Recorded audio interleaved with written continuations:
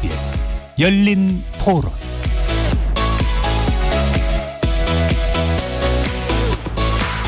안녕하십니까. KBS 열린 토론의 황현입니다.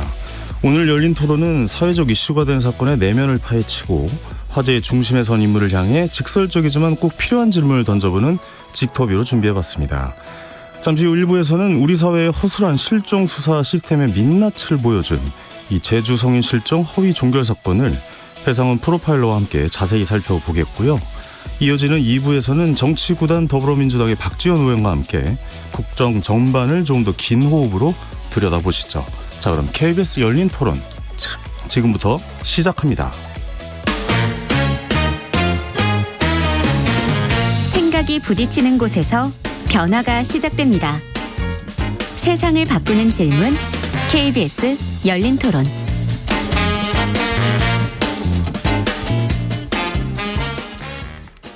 네, 오늘 열린 토론 1부 직터뷰는요, 배상훈 프로파일러와 함께 제주 성인 실종 사건을 한번 자세히 들여다보시죠. 그리고 성인 실종 수사 시스템의 개선 방향을 살펴볼 예정입니다. 관련해서 의견 남기시고 싶은 분들 샵 9730, 샵 9730번으로 문자 보내주시죠. 단문 50원, 장문은 100원의 정보 이용료가 붙습니다. 그리고 KBS 1라디오의 모든 프로그램은 유튜브에서도 함께 하실 수 있습니다. 질문도 좋고요, 의견도 좋습니다. 많은 참여 부탁드리겠습니다. 자, 사건을 한번 종합적으로 좀 이야기를 먼저 해드리겠습니다. 지난 5월이죠. 제주에서 사라진 37살 장미란 씨. 이 실종 신고가 접수가 됐지만 담당 경찰관은 장 씨와 연락이 됐다면서 불과 2시간 반 만에 사건 종결했습니다. 하지만 이 실제 통화 기록이 확인되지 않았고요. 장 씨의 시신이 신고 104일 만에 머물던 숙소에서 불과 400m가량 떨어진 곳에 발견이 됐죠. 이게 더 충격적인 것 같은 것은 경찰관이 허위 종결한 또 다른 60대 실종자 역시 이 결국 숨진 채 발견됐다는 점입니다. 배상훈 프로파일러 전화 연결해서 이 내용 좀 이야기 나눠보시죠. 조금 전 해당 또 사건에 허위 종결한 현직 경찰관이 구속됐다는 소식까지 들어와 있고요. 자, 우리의 실종 대응 체계 어떻게 바꿔야 될지 이야기 나눠보겠습니다. 배상훈 교수님 나와 계십니까? 예, 안녕하세요. 네, 오랜만에 뵙습니다. 예. 이 최근 3년 7개월 동안 제주에서 성인 실종 신고가 2,914건 접수가 됐고 그중에 15명 아직까지 발견되지 않고 있다고 하죠. 이게 같은 기간 아동 실종 건수의 2배가 넘는 수치인데 이게 제주에서 유독 성인 실종 많이 발생하고 또 장기화되는 이유가 이게 있는 겁니까? 제주라는 특성이 아마 있을 겁니다. 제주에는 네. 이제 이 고 장미란 씨 같은 경우에 흔히 육지에서 거기로 가서 일종의 거기 거주를 하면서 이제 휴양을 한다든가 요양을 하는 그런 분들이 심리적으로 문제가 좀 있어서 이제 가출하는 경우, 네. 이런 경우 이게 제주의 좀 특성이 되겠죠. 그러니까 외지인이 많은 상태라고 하면은 기존의 어떤 사회적 관계에서 벗어난 형태의 미기가가 많이 발생할 가능성이 높죠. 네. 그러니까 그리고 또 네. 하나는 제주도의 경찰 시스템에 문제가 있습니다. 경찰 시스템에 문제가 있습니까? 왜냐하면 자치경찰을 시범 시행을 하고 네. 그러면서 이제 뭐라고 하나 경찰 시스템이 뭔가 변화를 해야 되는데 약간 이완됐다고 해야 되나요? 이중적이라고 해야 되나요? 아니 그러면 이제 다른 도시와는 다르게 제주도만 유독 그런 겁니까? 경찰 시스템이? 그렇죠. 왜냐하면 자치경찰 시범적으로 실시하면서 발생했는데 아직 거기에 대한 결론이 마무리되지 않은 상태라는 부분이 좀 특수한 요건이 있습니다. 과정 중에 있는 거군요. 그럼 그 시스템이 도입되는 과정 중에요. 그렇죠. 시범으로 도입했던 부분이 마무리가 안 된 거죠. 그렇군요. 하지만 이게 그렇다고 해서 넘어갈 문제는 아닌 것 같고요. 다 그렇죠. 이해가 안 되지만 그래도 좀 가장 이해가 안 되는 건 어떻게 경찰관이 그것도 경장이잖아요. 경장이면 이제 순경 다음 아니겠습니까? 예. 실종자와 통화도 하지 않았어요. 근데 연락이 됐다. 이게 안전하다. 이렇게 보고가 됐고 또 사건을 그냥 이 경장 안에서 끝낼 수 있었을까? 이 점이거든요. 그러니까 경찰관의 행동을 어떻게 분석하고 계십니까? 프로파일러로서. 프로파일러로서 범죄 심리로 분석을 하면은 네. 이게 보통 히어로 머더라고 하는 소영웅적 범죄, 히어로 크라임에 들어가는데 네. 일종의 자기가 이것을 사건을 모수를 없앰으로써 유능한 경찰로 인정받고 싶은 욕구. 이게 이제 이 경찰관의 기본적인 범죄 심리 행동이라고 보여지는데요. 아니, 교수님 그럼 이렇게 사건을 종결하면 경찰관으로서 뭔가 이익이 있는 겁니까? 이익이 있죠. 왜냐하면 워낙 그 실종 수사팀은 현원도 적고 네. 현원의 적은 데에 비해서 실종으로 오는 숫자가 많으니까 그게 미기어든 어쨌든 그러면 그거를 그 실종 수사팀이 감당을 해야 되는데 누구 하나가 그거를 빨리빨리 없애준다라고 하면은 일 처리가 빨랐다. 그렇죠. 상대적으로 제가 보기와는 다르게 유능한데? 라는 그렇군요. 느낌이 들면 어떻겠습니까?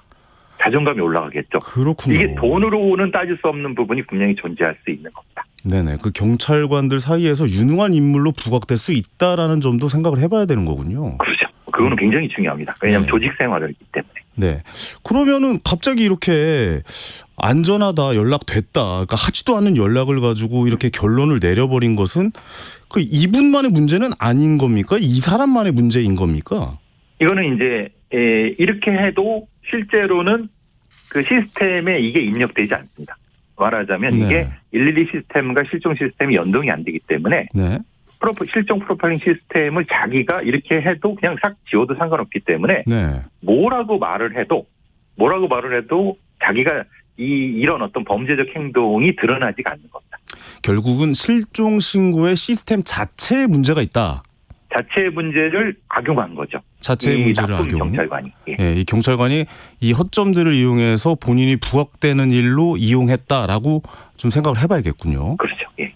알겠습니다. 이게 해당 경찰관이 그동안 처리한 실종 사건만 298건이에요. 예. 이 정도면 굉장히 많은 건수 아닙니까? 그렇죠. 왜냐하면 전체적으로 다른 수사팀의 경찰에 비해서 네. 이렇게 처리를 빨리빨리 하고 많이 한 거라고 하면은 실제로는 팀장이나 과장이 의심을 품었어야 되는 거죠. 그렇죠. 그러니까 이건 시스템 문제, 또 시스템 문제. 왜 아래의 사람이 한 일에 대해서, 업무에 대해서 왜 위에서 걸러지지 않았을까? 이것도 문제인 거죠. 그러니까요. 관리하시는 분도 문제가 있는 거네요. 이거를 그냥 그대로 받아들인 거 아니겠습니까? 그래서 오늘 다 직위 해제됐죠. 그렇죠.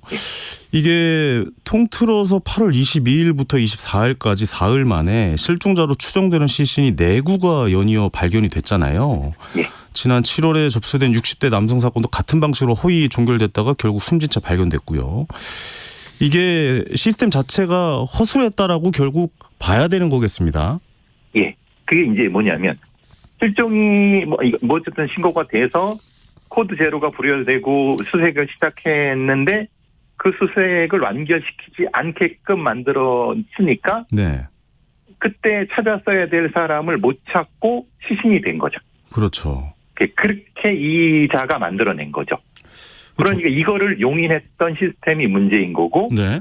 이걸 걸러내지 못한 것은 심각히 경찰이 반성해야 될 문제인 거죠. 궁금한 게 이게 왜 이제서야 발견이 된 겁니까? 이런 시스템의 허점들이요. 왜냐하면 이게 연동이 안 돼서 그럽니다. 연동이 안 된다는 건 경찰의 모든 시스템이 사실 사건 접수부터 하나의 통일된 것으로 해서 권한이 분반돼 갖고 하면은 이게 투명하게 드러내야 되는데 네. 어떤 조직 이기주의나 아니면 부서 이기주의나 아니면 부서의 무능이나 이런 것 때문에 네. 각각을 또 숨깁니다. 특히 이 프로파일링 시스템 같은 경우는 좀 이상하다고 생각하지 않았어요. 프로파일링 시스템이라고 만들어놨는데 네. 정작 프로파일러는 없어요.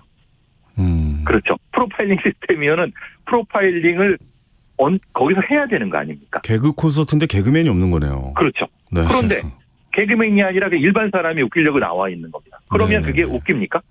전문성이 없는 겁니다. 그러니까 전문성이 없는 사람이 그러네요. 네. 거기에 기입을 하고 마음대로 없앨 수 있다는 것 자체가 문제인 겁니다. 네. 근데 그거를 투명하지 않게 분리시켜버리니까 시스템을. 그러니까 누구도 모르는 겁니다. 근데 경찰의 시스템은 어쩔 수 없이 좀 폐쇄적이어야 되는 거 아닙니까? 그러니까 폐쇄적이지만은 그 폐쇄적인 것이 최소한 과장이나 팀장은 알아야 되는 위에 정도는 열려놔야죠. 네네. 그렇죠. 그래야 관리가 되니까요. 그렇죠. 근데 개인이 하는 업무, 경찰이나 실종 업무가 자기 자체 하나가 폐쇄된다는 건 말이 안 되지 않습니까? 네네네. 그렇죠. 자기가 하는 일을 자기 상관은 알아야 되는데 자기가 하는 일을 자기 상관이 모르게 할 수 있는 거는 이건 시스템도 아니고 그냥 엉망인 거죠. 아니 그러면 교수님 말씀대로 상급자가 한 번도 이렇게 결재하는 것만으로 이번과 같은 일은 막을 수 있는 겁니까? 그러니까 성실한 팀장이었다면 했겠죠. 네. 근데 이게 쉽게 말하면 우리가 조직 생활에서 전결이라는 게 있지 않습니까? 전결. 그러니까 부하 직원한테 알아서 해라는 거죠. 그러니까 알아서 하는 걸 왜 알아서 하냐? 그 아랫사람이 사고 안 치고 제발 좀 잘해줘라고 하는 방식이 반복된다고 하면은 네네. 이건 관리의 문제가 되는 거죠. 그러니까 상급자가 결제가 아니라 결제라는 건 뭡니까? 문서를 다 보고 확인한다는 거잖아요. 그냥 체크만 하는 게 아니라. 네. 근데 안 했다는 거잖아요. 그렇죠. 그러니까 내용을 안 보고 결제를 했거나 아니면은 결제를 그냥 담당자한테 맡기는 전결로 했거나 이거 다 문제입니다. 아니 근데 원래 그렇게 한 번 더 들여다보는 게 있는데 안 한 거예요? 대단히 죄송한 말씀입니다만은 네. 그랬을 가능성이 높습니다. 그러니까 지금 경찰은 앞으로 담당자가 실종 사건 뭐 이렇게 하면은 팀장이나 과장 등 관리자가 한 번 더 확인하도록 이중 확인 절차 두겠다 이렇게 얘기했거든요. 그럼 이게 원래 있는 겁니까 그러면? 원래 있죠.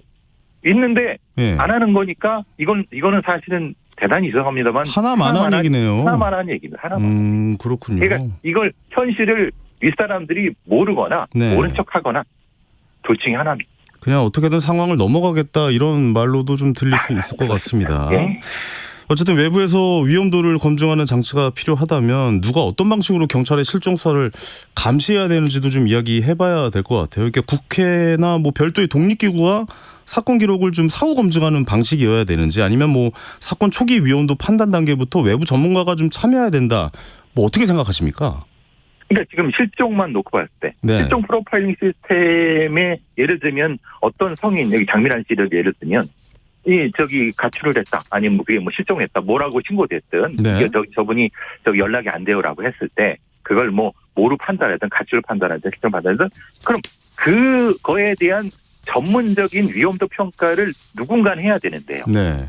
그러니까 그거를 담당 수사관이 하면 안 되죠. 왜냐하면 자기가 수사할 걸 자기가 평가하면은 자기 유리하게 평가할 테니까. 그렇죠. 그러면 외부인 누군가한테 해야 되는데 다른 나라 같은 경우는 아예 부서가 다른 예를 들면 아동국이라든가 복지부라든가 이런 데 공무원을 파견해서 하거나 또 다른 경우는 국회에 그 감시위원회를 둬갖고 거기서 한 번씩 들어보게 하거나 이런 게 외국에는 분명히 있습니다. 네. 근데 우리는 경찰의 모든 수사는 다 폐쇄적입니다. 그러니까 외부 감시를 노출을 시키지 않으려고 하는 거죠. 다 비밀 경찰이네요. 외부에 알리지 않고. 비밀 경찰이란 말은 좀 무서운 말인데 어쨌든 알리지 비밀스럽게 하는 않으니까요. 것은 네. 좋은 겁니다만은 투명해야 되는 건 맞는 겁니다. 그렇죠. 누군가 들여다볼 수 있는 시스템은 있어야 되는데 그걸 거부하는 거죠. 경찰의 기득권을 가진 어떤 이런. 네네. 알겠습니다. 이게 전문가들이 봤을 때 이게 성인들의 이 실종 사건을 보통 가출인으로 많이 보잖아요. 예. 이래서 좀 문제가 더 커졌던 것 같은데 성인 실종을 바라보는 현행 제도에도 좀 한계가 있는 거죠. 그렇죠. 왜냐하면 실종법에 성인은 범주가 안 들어가는 겁니다. 그러니까 실종법에 성인을 넣자라고 많은 분들이 얘기를 하는데 네. 여기에 전제가 있습니다. 뭡니까? 뭐냐면 부작용이 있을 수 있어요. 어떤 뭐냐면 부작용이죠? 채권자가 채무자 찾는 거 아니면 가정폭력 가해자가 가정폭력 피해자를 찾는 그런 수단으로 이용될 수도 있습니다. 아, 실종됐다라고 경찰에다 얘기하고 사실은 자기가 두들겨 팬 자기 부인이나 이런 사람들을 다시 잡아가는 수단으로 할 수도 있는 겁니다. 가정폭력에 악용될 수도 있겠군요. 예, 그러면 그 전제를 네. 어떻게 막느냐 그거를 어떻게 제한을 두냐 다시 돌아가면은 네. 이런 신고의 위험성을 누가 평가하느냐 다시 이제 외부에 노출시키느냐 마느냐 그게 지금 성인실종법의 핵심적인 논쟁거리입니다. 네. 알겠습니다. 성인 실종을 바라보는 시선이 좀 달라져야 될 것 같다는 생각도 좀 들고 그래서 실제 22대 국회에서 이른바 실종성인법 4건이 발의돼 있고요. 네. 법안에는 경찰이 실종자의 위치와 이동 경우 확인하거나 필요한 경우 뭐 방금 말씀하셨던 내용과 비슷합니다. 유전자 정보 활용할 수 있도록 하는 등 내용 담겨 있는데 이게 교수님 보시기엔 지금 성인 실종 수사에서 가장 시급하게 법적 근거 이거 만들어야 된다고 보십니까? 저는 이런 법적 근거는 필요하다고 봅니다. 근데 다만 이게 네. 너무 포괄적이면 위험하기 때문에 네. 매우 이 부분에 한해서 외부 감시가 들을 수 있도록 경찰 자체에서도 좀 전향적으로 봐야 된다는 거예요. 그냥 법만 주세요라고 하고 그러면 경찰은 권한이 막강해지거든요. 네. 왜냐 생각해 보세요. 누가 실종됐다고 부경장처럼 가짜로 해고 아무나 실종됐다고 수사해버리면 어떡합니까?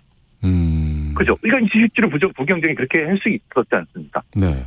그런 권한을 외부에서 감시할 수 있게끔 제한할 수 있게 경찰은 이걸 외부에 노출시켜야 되는데 그걸 싫어하니까 법만 달라고 하고 권한은 이게 이제 상충되는 거예요. 그러니까 이런 법을 만들면 경찰의 권한은 더 세질 것이고 그 권한을 악용할 수도 있는 사례가 또 나올 것 같다라고 말씀하시는 거잖아요. 그렇죠. 그럼 그 권한을 제한할 수 있는 어떤 장치는 뭐냐? 그걸 뭡니까? 얘기해야죠. 예. 그 뭐라고 봐야 됩니까? 그 장치는? 아까 말씀드린 것처럼 외국의 예를 들으면 네. 국회에 권한을 주거나 아니면 다른 부서에 권한을 주거나 이런 형태의 좀 투명하게 할 부분은 투명하게 해야 된다. 국회가 경찰을 좀 들여다볼 수 있게 뭔가 법안을 마련해야 되는 겁니까 그러면? 그렇죠.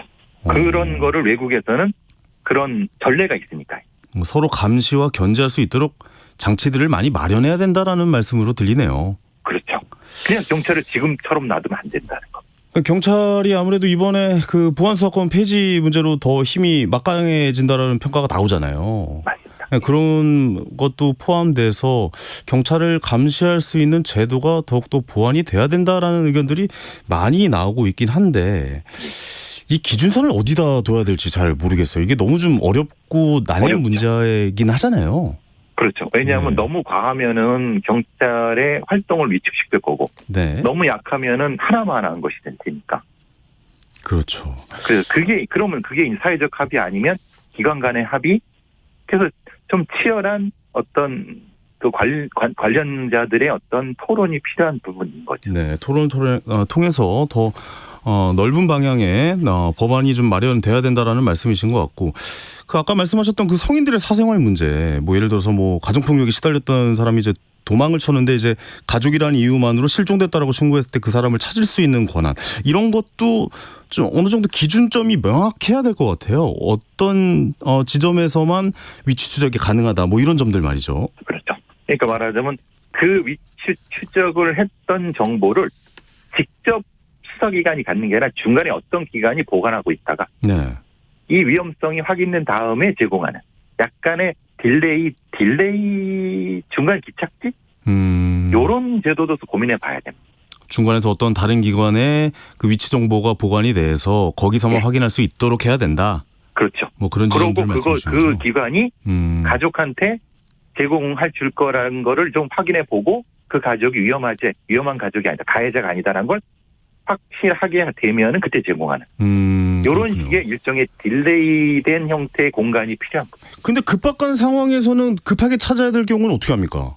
그래서 이제 그 부분은 위치는 수사기관이나 아니면 이 제3의 기관만 알고 네. 그 아까 말씀드린 신고한 사람은 모르게. 신고한 사람은 모르게 해야 된다. 네. 그 신고한 사람이 위험한지 아닌지 아직 판정되기 전이니까요. 그렇죠. 예. 그리고 치매 환자나 지적 발달 장애인의 경우 길을 잃거나 위험 상황을 스스로 알리지 못할 가능성이 높기 때문에 일반 성인보다 훨씬 빠른 대응이 필요할 텐데, 현재 지문 사전 등록 등 뭐 예방 장치가 마련돼 있는데 실제 실종 사고가 들어왔을 때 이게 아까 말씀드린 급박한 상황, 그러니까 골든 타임을 지키기 위한 시스템은 이거는 좀 더 갖춰줘야 된다고 보시는 거죠? 지금도 이제 치매 어르신 찾는데 코드 제로가 돼갖고 상당히 효과를 보고 있습니다. 그렇군요. 그러니까 저기 뉴스 중에 이런 뉴스가 나오죠. 치매 어르신 찾았다. 네. 이런 뉴스가 나오는 것이 바로 이 시스템 때문에 그렇습니다. 알겠습니다. 바로 엠버 경고가 떠서 왓츠랑 연동돼서 확 찾습니다. 네, 이게 마지막으로 교수님 제가 한번 이건 제 개인적으로 좀 여쭤보고 싶은데, 이게 좀 범죄, 그러니까 지금은 이 경장에 대한 뉴스만 쏟아지고 있잖아요. 예. 근데 그 범죄 자체에 대한 내용은 좀 안 나오고 있는 것 같거든요. 그렇죠. 혹시 이게 뭐 좀 연쇄적으로 뭔가 범죄를 일으키는 이런 모습도 좀 느껴지십니까? 프로파일러로서 어떠십니까? 그러니까 이제 이게 이런 문제 있는 경찰이 뭔가 네. 경찰 내에서 범죄를 모색했다, 획책했다. 이것보다는 네. 이 시스템을 악용해서 자신의 개인적인 이득을 취한 부분은 확실한 것 같고, 네. 또 하나는 이런 어떤 부실한 성인 실종 시스템을 외부에서 누군가가 악용해서 실종 가출한 사람들을 공격하는 이런 범죄가 혹시라도 있을 수 있어갖고 그 피해자가 혹시 장미란 씨라고 하면은 이건 매우 위험한 거죠. 그렇군요. 그러니까 두 가지에 대한 명확한 답을 경찰은 제공해야 됩니다. 알겠습니다. 지금까지 배상원 프로파일러와 함께했습니다. 오늘 말씀 고맙습니다. 감사합니다.